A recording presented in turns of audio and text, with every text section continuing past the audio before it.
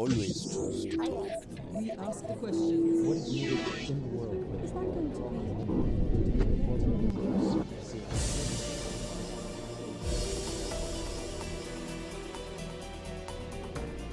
Gost emisije Recite Al Jazeeri je Nawaf Salameh, rumunski biznismen sirijskog porijekla i osnivač firme Alexandrion Group sa sjedištem u Bukurešti. Sa njim razgovaramo o strateškoj važnosti Crnog mora za energetsku sigurnost Balkana, ali i Evropske unije. Mr. Salameh, hello and welcome to the Al Jazeera Balkans channel. And thank you so much for taking time to speak to us now.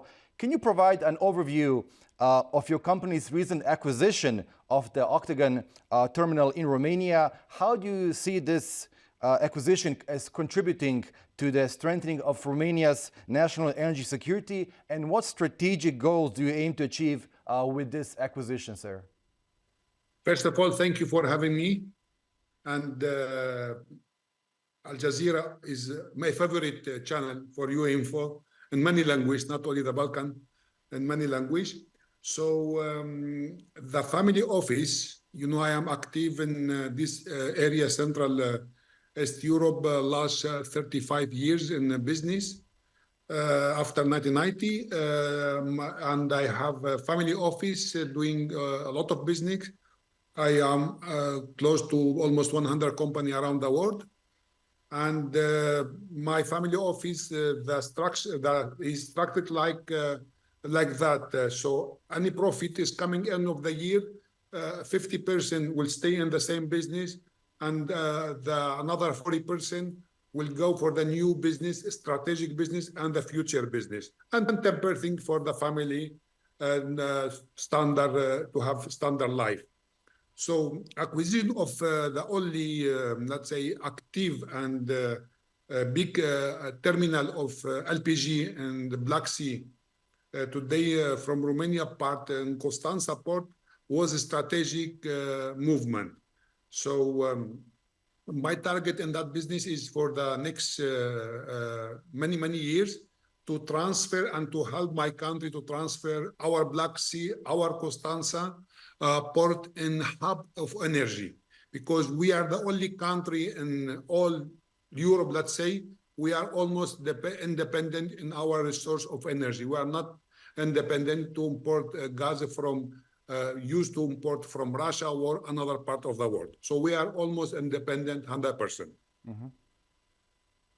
Right. How does your company's involvement in Romania's energy sector align with the country's efforts to diversify its energy imports, particularly in the context of the European Union's broader energy security strategy?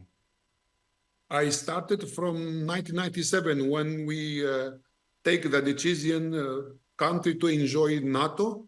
From that time, I started to invest in Black Sea area. So I own up to 3,000 hectares of land. Was that all land bought it for to start to invest in the green energy and solar and wind. And at 2008, 2010, at that time wasn't, let's say, a good movement to go in that. But now, last few years, I am building around 2 giga of solar and wind, already with almost 500 megawatts. We apply now for a permit of construction, and we are move on. So to go align with my country, I started very early, almost 30 years ago. So not now. And Romania, we are moving very good in the green energy. We are talking about solar and wind. And the same times, you know very well, Romania, they have hydro energy. And you know our listed company, Hidroelectrica, with value up to 14 billion euro, can compete with any other company in all entire Europe. Mm-hmm. Plus, we have our nuclear station. We have it, and we are looking now to invest in storage, and we are look after hydrogen also investment. So all these together make our country to be. We are, I think, in the next few years, we are going to be exporting energy for the Europe, not just for ourselves. Mm-hmm. Now, sir, you know, the Black Sea region is gaining significance for energy exploration, also for security. But first of all, I mean, why has the Black Sea region gained deserved attention only after Russia's annexation of Crimea back in 2014? I'm under the impression that after the end of the Cold War, for quite some time, it was sort of like a geopolitical blind spot. Not really many people, not many companies paid that enough attention to the Black Sea region. Romania was always independent in energy, wasn't need the bad invasion of Russia and Ukraine country to make our country to be independent and to be strategic in the energy. But you know how they was acting, the Russia influence in entire, not only in Europe, everywhere, through frontmans, through front entities, companies, and doing lobby that country not to use their own resource and to be independent in the Russian energy, can be petrol or can be LNG or even LPG. So the plan now, we no more they can do this kind of, let's say, illegal action against our nation or another nation. For that, it is very important for us to go and to see and not to forget, we are the country. We started finally, after was blocked in our parliament for no reason, extraction of the gas from Black Sea. We are talk about the project of Deep Neptune, and we hope in 2027 we started to extract our natural gas, and in this case we become even country to export the energy. Our leader of the country promised we are going to use that let's say quality and the price of that gas to be to reindustrialization of entire the country, and we can have access to the energy at affordable price, and then we can back a country, we can export many finished product around the world at very competitive price, and we can compete even with a big country like China or another Asia where you need to pay a lot of things, and we are made in Europe, and we are a big alliance of NATO. Now, you know, given Romania's position as a key player in the EU's energy market, how do you see this, what you talked about, as contributing to import and distribution of oil and gas within the European Union? Look, not to forget, I think Ukraine and Moldova without Romania was in very, very bad situation. We saved them after the invasion of Russia. We saved the countries, give them support, not only, let's say, humanitarian and all the stuff, also energy. I think next day, when they started the invasion, immediately we support Ukraine, and we still support Moldova. We help Moldova to enjoy Europe like us and to be part of NATO. The same thing we'll do with Ukraine, to be part of Europe, part of NATO. So that I think the deep, the Neptune deep allow gas supply to make even Europe more safe, and to have his own energy and no need to be imported from a third party. Now, I wanted to ask you something, because you've been living in Romania for many, many years. You know, Romania, just like the former Yugoslav countries, has gone through quite a difficult transition from communism to democracy. What were some of the key challenges that you noticed as a businessman living and working in Romania that the country has been struggling to overcome over the last, well, 3 decades at least? Well, you know, I think I am in Romania last almost 43 years. I come here when I was a child, 17 years old, and I am Romanian citizenship, and the only citizenship I have is the Romanian. So by born, in Syria, and I'm proud of that also. So I think the problem has, because we enjoy too quickly two big organizations. One is NATO, second one is Europe. You know, I think after the 60 years and let's say under dictator system was difficult for us to, but I think we passed this one. We started to pass. We have a new generation of leader take over the country.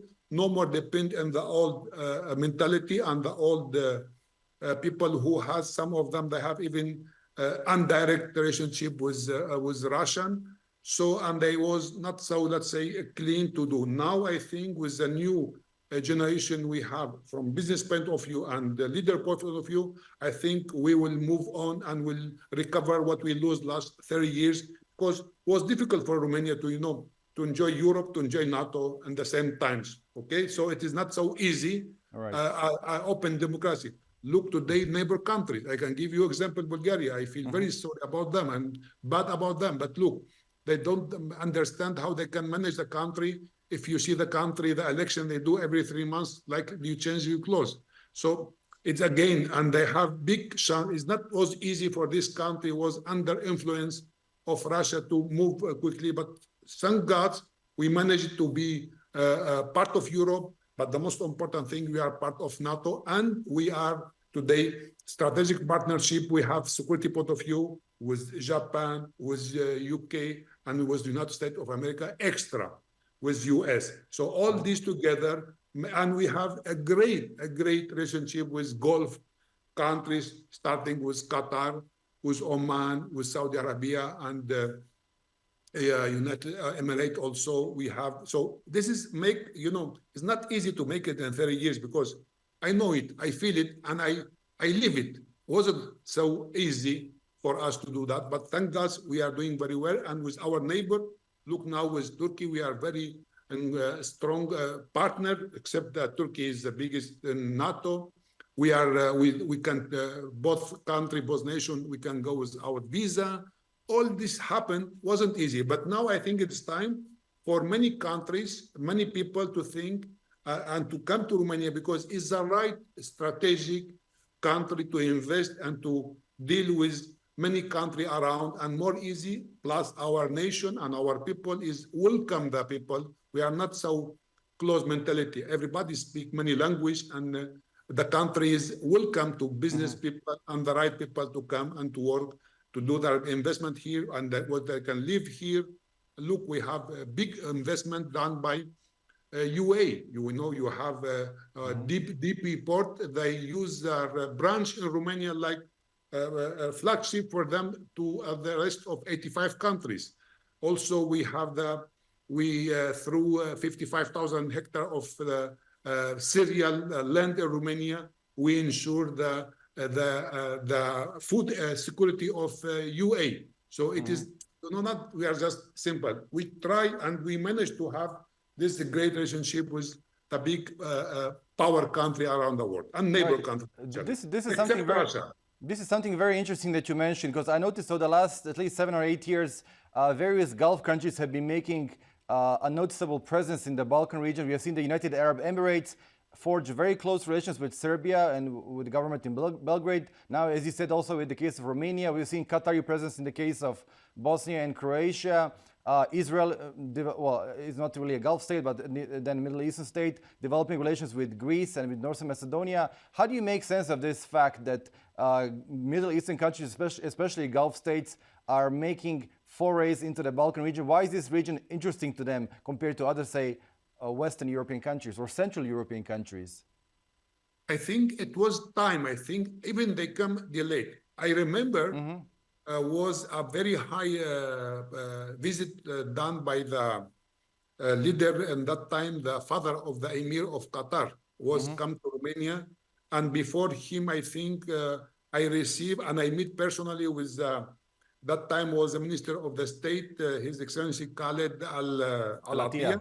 Yes, I meet with him personally. We discussed that time to do joint venture between my family office and Qatar Foundation, $1 billion euro project, and supposed to the Prime Minister to come to Al Jaber, His Excellency to come to Romania to sign, but there was a change, and now the young son of Emir take over the country. Oh, I know him personally, and I meet him personally in Doha. And he's a great leader. He's a great leader, like his father. He's a great leader also. So I think there was target for Gulf, starting with Qatar. You see, I think there was the only country Qatar started, and after they come UA and today Saudi. Look what they have invest in Warsaw, and they bought a company and refinery, and they're very present in Poland. So neighbor country. I think this now is the time for these countries. We have UA investing in Romania. Qatar also look to invest. And I am trying now with my team, with my family office, I am trying to reconnect with the leader of Qatar and to see possibility. And we haven't discussed about build our LNG terminal in our Black Sea. I think it is target because from here you can, you see Romania, we are interconnection with entire Europe. So you can do energy in Romania and for another country. I can give you another example. We have PPC. PPC, the company, Greek company with American fund be owner, almost 70% of the company. They come to Romania, they bought the distributor of energy, Enel from Italian, but his target, because Greece importing 30% of their that needed of energy from third countries. So they said, I will come to Romania, I will build thousands of megawatt to sell it to my country. So you can use Romania, do production and to cover another countries. That is very important. And I think Gulf need this, the country in the Gulf and the leader of Gulf, they understand this, not now, from after 1990, when that but part of the world was for them forbidden to be investing. Now is very easy. And I think they are welcome also to come in this part, and especially in my country, Romania. Right. You know, when you talk about different sources of energy, I was wondering, how do you strike a balance between traditional sources of energy, such as oil and gas, with renewable sources of energy, such as wind, solar power, in a country which is investing, such as Romania, which is investing so much in these renewable energy resources? I mean, there must be a period of transition, right, from one source of energy to another. How do you make sure that it goes, that the transition is rather smooth? Look, the energy in Romania, we have two types of investment. Okay, right. Sure, we talk about transition. You are moving from, let's say, a classic energy of using even carbon, of using all this stuff to move to from nuclear, but Romania, they used to have, let's say, eco energy, always the hydro one. So the hydro one is a green energy and it is very safety, and we used to have it. So Romania wasn't a problem. They have also a few quantity of extraction of the petrol. We used to have, you know, the first refinery in the world was built in Romania, first time ever. So we was always one step in front, okay, in that sector. So, but you need to understand today, Romania, they are not do everything for themselves. We are doing because we need to support Moldova to enjoy Europe and NATO. We are supporting also Ukraine to enjoy NATO and Europe. And at the same times, we support, let's say, neighbor countries or entire Europe to and the energy. So is Romania become hub of the energy? It's not just, let's say, doing for ourselves. For that, we are in multi-direction of production of the energy. From solar, from wind, from now we are looking after hydrogen, for hydro, for nuclear, for everything. All this together is to support our country, Ukraine and Moldova, and the same time third party. Look, what they are Greece. Greece, they want to cover the 30% of necessity now, what they need last year to be covered by Romania production of solar and wind. And I am discussing with them also. So they do it for so many countries, they prefer to come to Romania to do it and to support their necessity of the energy. Now, as we move towards the end of our interview, I wanted to ask you a few questions when it comes to the EU slapping sanctions on Russia. You know, sometimes we get the impression reading news pieces that these are international sanctions which have been slapped on Russia. However, as you saw recently in the case of the BRICS meeting in Kazan, you know, many major global powers such as India, the United Arab Emirates, Indonesia, and the rest, and many African countries still maintain excellent relations with Russia, with the government of Vladimir Putin.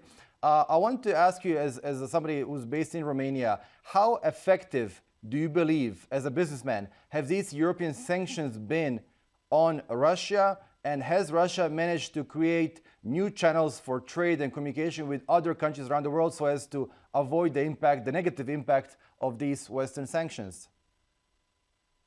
My opinion, to continue to work with the gas, with Russia directly and indirectly, blend it, mix it, is very bad for long term from now.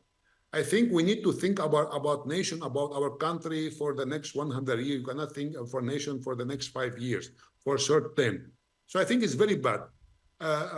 What they are doing, Russian using, the problem in Russia, if they do normal country, use their own resource and do their business for themselves, they are welcome in the world. But they use it to go, they go that target. I use energy to infiltrate in your country, to control your government, to control your company, to do what I want, what they have done in UK. You see what they have done in UK. They was infiltrated everywhere. So Russia used the energy for another scopes, and nobody will accept, none of the nation, they will accept this kind of interfere of some people with energy. I can buy your people, I can corrupt your people, I can compromise your leader, and I can do business. Nobody will have it. Sometimes it's difficult people to accept it, this transition period, to pay more energy, more tax, but must happen one time, because at forever, and to finish with this kind of thing. Look, and the Russian companies is always linked to the state, and you cannot have them fair player in any market in the world. I can give you one example. My group one of the group of the company I lead globally is the production of alcohol. And I make a clear and declaration, I'm going to replace the Russia vodka globally. And I managed to do that in many countries, from Brazil, where is the BRICS country. I managed to do that. In UK, we are working on that, even in Bulgaria. So they cannot continue to compromise quality and all this stuff. They cannot continue. They need to sit down and to become a normal nation, and stop to interfere with the internal issues in each country, internation, to control everybody. They cannot. This is what I have done last 100 years was happened. Now we are living in new area of world, and we need to be in peace and to do normal, and everybody change at the normal and the same level. Nobody can see another nation down. I can lead what I can do what I want. We have today a European nation. We have the NATO nation. So we are people look after this. You cannot just be alone. And I feel very bad, because I see also China following the same approach. To export everything. So China, they want to buy the raw material from everybody and export the final product for everybody. Hey, this you cannot make. You are 1 billion. You need to make another 7 billion to become your slave. No, every country, they have nation. They need to be proud of their product, proud of their industry, proud of their resource material, to use it at final product, not to be just exported and will do the stuff. It's something but to be, they cannot continue. I don't think even the population accept more. Even some leader, they can do some compromise and can work together, but this will be short. And you see the population immediately, they have a reflection to say stop. And they change the leader when they see them going in the wrong direction. All right. Mr. Nawaf Salameh, I'm afraid we have run out of time. I really enjoyed speaking to you. Thank you so much once again for your time. It's my pleasure. Again, I am welcome the friend from Gulf, especially from Qatar. My teams, we are already back.